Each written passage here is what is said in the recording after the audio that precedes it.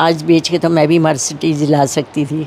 और ये किताबें इतनी महंगी हैं कि मर्सिडीज गाड़ी ला सकते हैं हाँ आप जी, इनके हाँ जी, बदले। बिल्कुल लेकिन वो सब आपने दान कर दी। बिल्कुल। ये पूंजी उन्होंने यहीं से कमाई और मेरा ध्येय यही है कि मैं इसे अपनी पूंजी नहीं मानती। पति पत्नी का सच्चा प्रेम है, वो दिखाया नहीं जा सकता। नमस्कार दोस्तों, मैं हूं आपका दोस्त विनोद शर्मा और फिलहाल हम भिवानी कोर्ट में मौजूद हैं और यहाँ की तस्वीरें आपने कई बार देखी। एक ऐसी लाइब्रेरी जो शायद कहीं आसपास नहीं होगी, जहाँ पर करोड़ों की बुक्स हैं और ये बुक्स, या फिर मैं कहूँगा यहाँ पर एक करोड़ों का खजाना जो है, एक धर्मपत्नी ने यहाँ इस लाइब्रेरी में जमा करवा दिया। अपनी पति की पूरी जीवन की जो पूंजी है, ताउम्र जो उन्होंने कमाया, वो यहाँ पे उन्होंने दान कर दिया।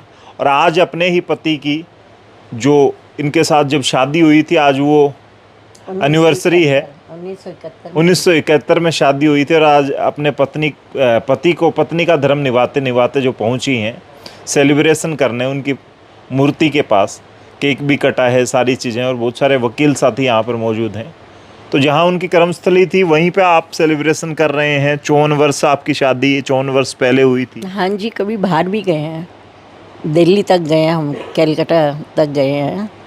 और जब भी हमने एनिवर्सरी मनाई है तो साथ ही बच्चों के और जैन साहब के साथ ही मनाई है।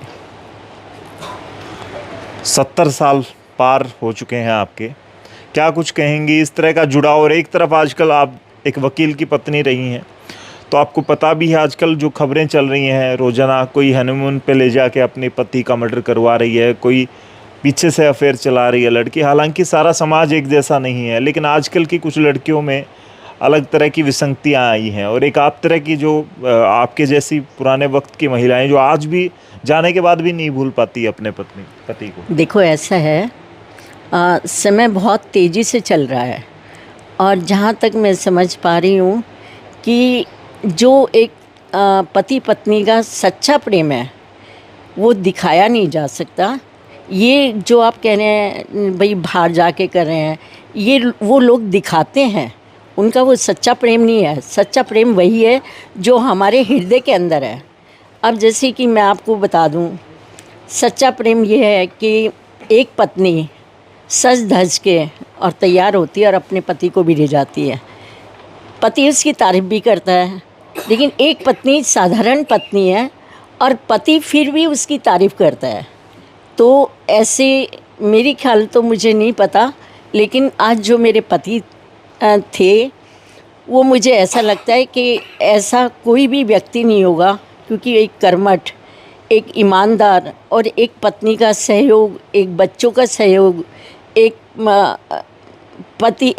पिता के प्रति पुत्र का प्रेम या पुत्र के प्रति प्रेम और सभी बच्चों को संपन्न करना, ये आज मैं बड़ा अपने आप को गौरव और धन्य महसूस कर रही हूँ। क्योंकि जैन साहब अचानक गए थे तो उसमें उन्होंने कोई किसी से कर्ज नहीं ले रखा था। 5 बच्चों को पढ़ाया भी है, उच्च शिक्षा भी दी है, शादियाँ भी की है, और जितने भी उन्होंने सामाजिक तौर से अच्छे में बुरे में सभी का साथ दिया है। और आज जैसे कि आज का दिन है, यानी कि आज हमारा 17 जून का दिन है, अगर कोई क्लाइंट आ भी जाते थे तो उनसे यही मैंने कहते हुए सुना था कि भाई अब 1 घंटा मुझे दे दो, तुम अगर तुम्हें घूम के आना है तो तुम घूम आओ, मैंने अभी अपनी पत्नी को 1 घंटा देना है सिर्फ। तो ये होता है सच्चा प्रेम। जो एनिवर्सरी का जो 1 घंटा होता था वो फिक्स होता था, चाहे कितना ही महंगा क्लाइंट बैठे। हाँ जी, हाँ जी, ये बिल्कुल।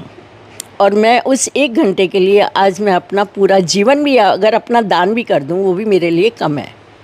वैसे तो वकीलों से शिकायत रहती है, जो उनकी हाउसवाइफ जो बीवी होती हैं या कामकाजी जो औरतें होती हैं। नहीं, मेरे साथ ऐसा कुछ नहीं हुआ। जैन साहब यही कहते थे कि अब मैं कैसे अपनी देखो साझा नहीं कर सकती मैं अपनी बातें आपके सामने, लेकिन वो मुझे पूरा टाइम देते थे। मेरे को उनसे कोई शिकायत नहीं थी और ना ही कभी ज़िंदगी में होगी। और आज कई बातें ऐसी हैं कि मैं सभी के साथ साझा नहीं कर सकती। अच्छा, एक बात तो आप मुझे बता दें, आजकल की बीवियों को शिकायत रहती है, पति कहीं पे काम कर रहे होते हैं, अपने काम में बिजी होते हैं, तो आपस में इस करके लड़ाई झगड़े भी हो जाते हैं। उनको क्या मैसेज देना चाहेंगी, क्योंकि इतना अच्छा प्यार रहा है, लगाव रहता है और रहा है आपका, और आपके पति इतने बिजी रहते थे? नहीं, देखो ऐसा है, अगर मैंने कोई प्रोग्राम भी किया, मेरी फ्रेंड संध्या भी है, घर में कोई भी प्रोग्राम किया तो जैन साहब भी यही कहते थे कि वो खुश है, और वो ये कहते थे कि मैं अपनी पत्नी को देख के खुश हूँ, मेरी पत्नी खुश है तो मैं भी खुश हूँ। तो उनका काम, अब वो मेरे काम में दखल अंदाजी नहीं करते, मैं भी नहीं करती उनके काम में दखल अंदाजी। उनका यही कहना था कि मैं तेरे पास ही हूँ, तो आज भी वो मेरे पास ही हैं। मैं महसूस कर रही हूँ कि आज भी मेरे पास हैं। कभी मैं ये कहते हुए भी मन में करके भाई आज आप मेरे पास नहीं हो, मुझे सपने में भी आते हैं। और मैं महिलाओं को ये भी कहूँगी कि अगर पति अगर काम के प्रति सजग है तो पत्नी को भी उतना ही सजग होना चाहिए अपने काम के प्रति, ताकि एक दूसरे की भिड़ंत ना हो, एक दूसरे के गिले शिकवे ना हो, एक दूसरे का प्रेम, आपस में प्रेम से वो रहें। अच्छा, जैन साहब को याद करके अभी आपकी आंखों में आंसू आ गए थे। ये प्यार जब होता है तभी ये चीज़ें होती हैं, क्योंकि आंसू एक ऐसी चीज़ नहीं है कि आप आर्टिफिशियली कुछ कर पाएंगे, वो अंदर से भाव होंगे तभी हो पाते हैं। तो जो गैप आ रहा है आपस में, वो क्या वजह आपको लगती है? कैसी? आजकल के जो बच्चों में जो गैप आ रहा है, रिश्ते नहीं बन पाते, रिश्ते जुड़ नहीं सहन पाते। शक्ति नहीं है बच्चों के अंदर। जो बच्चे सपने देख लेते हैं, झूठे सपने देख लेते हैं, वो उसमें लगे रहते हैं और झूठे सपने कभी पूरे नहीं होते। आपने अपने पति की पूंजी जो यहाँ पर कमाई, और करोड़ों रुपए की पूंजी कह सकता हूँ, यहाँ पे आपने दान कर दी, यहीं पे जहाँ उनकी कर्मस्थली थी। ऐसा है, पूंजी की बात तो ये है कि जैन साहब ने अपने बच्चे सभी संपन्न कर दिए। आज हमारी मोनिका आप देख रहे हैं, उनको वकील बना दिया। भारत भूषण मेरा बेटा है, सुप्रीम कोर्ट में है, अच्छा कमा रहा है। दामाद भी बहुत अच्छे हैं, सभी संपन्न हैं। तो ये पूंजी उन्होंने यहीं कमाई थी। और मैं ये चाहती हूँ कि जिस दिन उन्होंने, मुझे पता है कि जिस दिन उन्होंने तख़त, पहले तख़त डाले जाते थे, चैम्बर नहीं होते थे, तो तख़त डाला था, तो उस तख़त में भी मैं शामिल हुई थी। मुझे याद है कि हो सकता, मुझे ध्यान नहीं है, मैं कोर्ट भी आई थी और हम लोगों ने मिठाई भी आपस में बांटी थी। तो जैन साहब ने जो थपेड़े लगते थे ना, आपको पता है बाबूजी, तो वहाँ बैठते थे वो। और वो चेयर, और मेरी ख्याल तो अभी 10 साल पहले ही शायद नहीं थी, नहीं, वो चेयर जब भी आते थे, हम गाड़ी में बैठते थे तो जैन साहब दिखाते थे, देख मेरी वो चेयर अभी भी है। तो ये पूंजी उन्होंने यहीं से कमाई। और मेरा ध्येय यही है कि मैं इसे अपनी पूंजी नहीं मानती, ये सब यहाँ जो है ना, यहीं की देन है। और मेरी इच्छा होगी तो मैं सारी पूंजी यहीं कोर्ट में ही दे के जाऊँगी। अच्छा, एक बात बताएं, आप जिस तरीके का यहाँ आपका दान का या फिर आपके पति का यहाँ पे लगाव रहा, वकीलों का कितना प्यार मिल पाता है आपको उनके जाने के बाद? मुझे तो नहीं लगा अभी तक मेरे से कोई वकील मिला हो। उतना ज़्यादा जुड़ाव नहीं नहीं नहीं नहीं, एक बाबूजी तो ज़रूर मेरी हेल्प करी है प्लानिंग। फिर भी आपने ये नहीं सोचा, क्योंकि ये तो बुक तो यहाँ पे कोई भी वकील आके पढ़ सकता है, तो आपने ये नहीं सोचा चाहे कोई मुझसे मिले या ना मिले, लेकिन मैं सबके लिए सोच रही हूँ? नहीं, देखो ऐसा है, जैसे जैन साहब अचानक गए, उनको किताबों से बहुत प्रेम था। अगर कोई जज भी किताब मांगता तो मेरा ये कहना था कि आप मना क्यों करते हो, आप दे दिया करो। कहते ना ना, ये पढ़ के दे देगा मेरी बुक्स। तो उनको अपनी बुक्स से बहुत लगाव था। तो जैसे ही जैन साहब अचानक गए हैं, मैंने बच्चों को कह दिया था मैं इन किताबों को बेचूंगी नहीं। अगर जो किताब भूषण के काम आती है भूषण ले जाए मेरा बेटा, मोनिका के काम आती है मोनिका ले ले, उसके बाद मैं ये किताब कोर्ट में दूंगी, क्योंकि मैं तो अनपढ़ हूँ, मुझे किताबों से कोई लगाव नहीं। और कौन करेगा इन किताबों की देखभाल, तो कोई करेगा नहीं। बाद में बच्चे बेच देंगे, रद्दी में जाएगी किताब। जो उनका किताबों के प्रति स्नेह और लगाव था, उस लगाव को देखते हुए मैंने ये यहाँ उनकी किताबों को सुरक्षित समझा कि यहाँ पे सुरक्षित रहेंगी किताबें।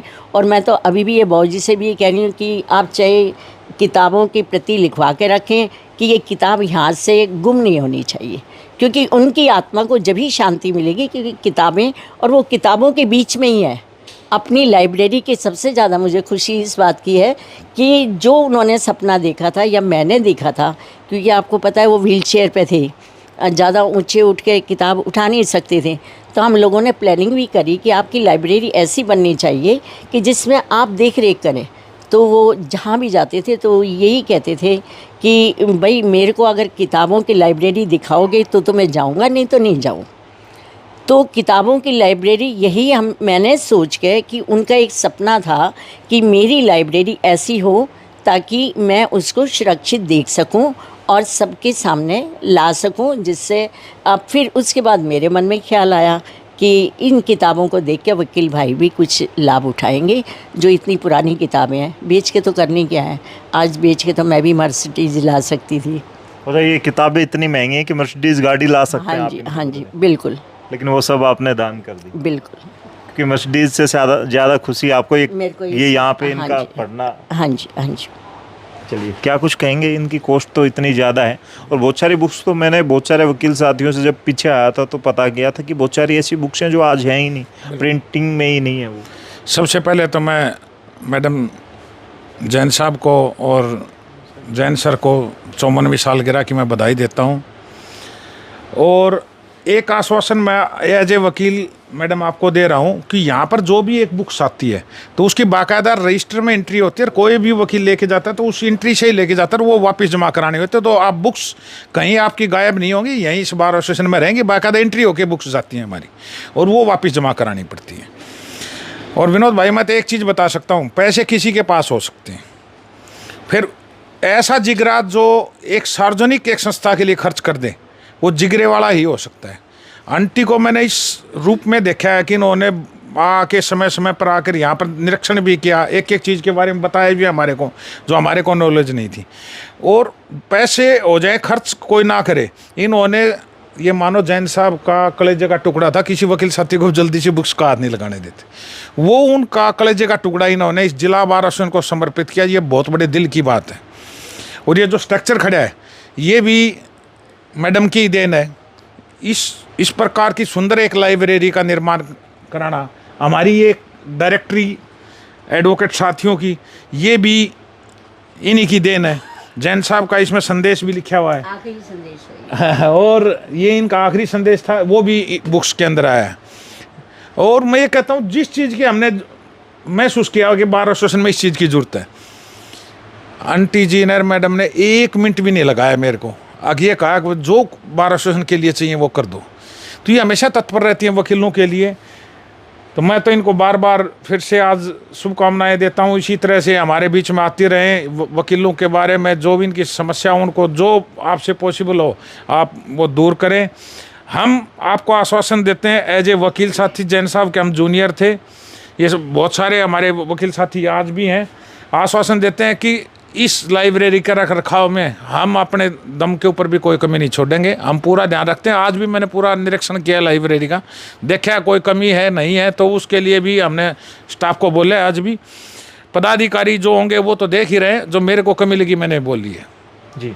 तो फिलहाल देखा आपने किस तरीके से 54 वर्ष शादी को हो चुके हैं, पति जा चुके हैं और 70 साल की उम्र पार कर चुके हैं, लेकिन बावजूद उसके अपने पति से आज भी उतना ही प्यार है।